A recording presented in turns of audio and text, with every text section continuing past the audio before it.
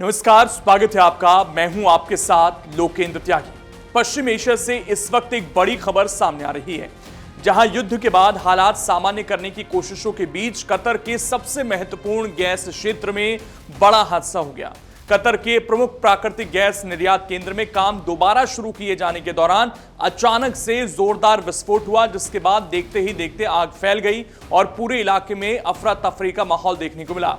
जानकारी के मुताबिक यह हादसा रविवार रात कतर के रास लाफान इंडस्ट्रियल एरिया में हुआ। शुरुआती रिपोर्ट में नुकसान सीमित बताया गया था, लेकिन कुछ घंटों बाद सामने आई जानकारी ने चिंता बढ़ा दी। अधिकारियों के अनुसार इस हादसे में कम से कम 54 लोग घायल हो गए, जबकि 18 लोग अब भी लापता बताए जा रहे हैं। राहत और बचाव कार्य लगातार जारी है। बताया जा रहा है कि यह घटना उस समय हुई जब गैस टर्मिनल को फिर से चालू करने की प्रक्रिया चल रही थी। दरअसल लंबे समय से प्रभावित संचालन को सामान्य करने के लिए तकनीकी टीम मौके पर काम कर रही थी, लेकिन इसी दौरान बरजान गैस सप्लाई फैसिलिटी में अचानक विस्फोट हो गया और उसके बाद आग लग गई। घटना के तुरंत बाद सिविल डिफेंस मेडिकल टीम और इमरजेंसी रिस्पांस यूनिट को सक्रिय किया गया। पूरे क्षेत्र को घेर लिया गया और आग को फैलने से रोकने के लिए तेजी से ऑपरेशन चलाया गया। कुछ घंटों की कोशिश के बाद आग पर नियंत्रण की बात कही गई, लेकिन हादसे के असर का पूरा आकलन अभी बाकी है। कतर की गृह मंत्रालय ने कहा कि प्राथमिक जांच में तकनीकी कारण सामने आ रहे हैं। राहत की बात ये बताई गई है कि किसी बड़े स्तर के गैस रिसाव की पुष्टि नहीं हुई है और आम लोगों की सुरक्षा को फिलहाल कोई सीधा खतरा नहीं बताया गया है। घायल लोगों को अस्पताल पहुंचाकर उनका इलाज कराया जा रहा है, जबकि लापता लोगों की तलाश जारी है।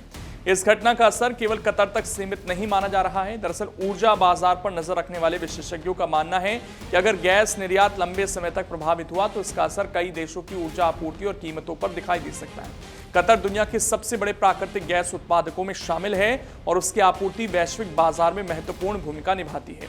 दरअसल हाल के महीनों में क्षेत्रीय तनाव और समुद्री मार्गों पर दबाव के कारण कतर को गैस आपूर्ति व्यवस्था में दिक्कतों का सामना करना पड़ रहा था, क्योंकि हॉर्मुज बंद कर दिया गया था। इसी वजह से उत्पादन और निर्यात गतिविधियों को भी प्रभावित करना पड़ा।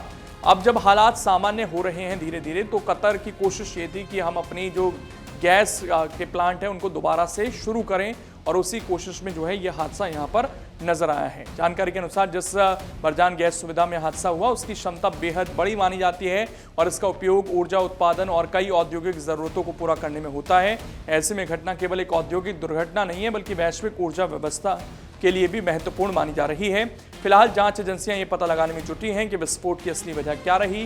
क्या ये केवल तकनीकी खराबी थी या संचालन बहाली के दौरान कोई और चूक हुई? इसका जवाब जांच पूरी होने के बाद सामने आएगा। लेकिन एक तरफ ईरान और अमेरिका के जो तल्ख तेवर थे, जब वो किसी स्तर पर जाकर थोड़े से हल्के पड़े हैं, ये खबर सामने आती है कि हॉर्मुज जल डमरू मध्य को फिर से खोल दिया जाएगा। यहाँ पर जो है चीज़ें सामान्य हो जाएंगी।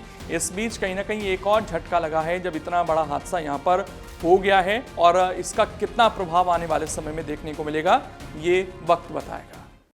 अगर आप ये वीडियो YouTube पर देख रहे हैं तो हमारे चैनल को सब्सक्राइब कर बेल आइकन दबाएं, और Facebook पर देख रहे हैं तो हमारे पेज को लाइक करें।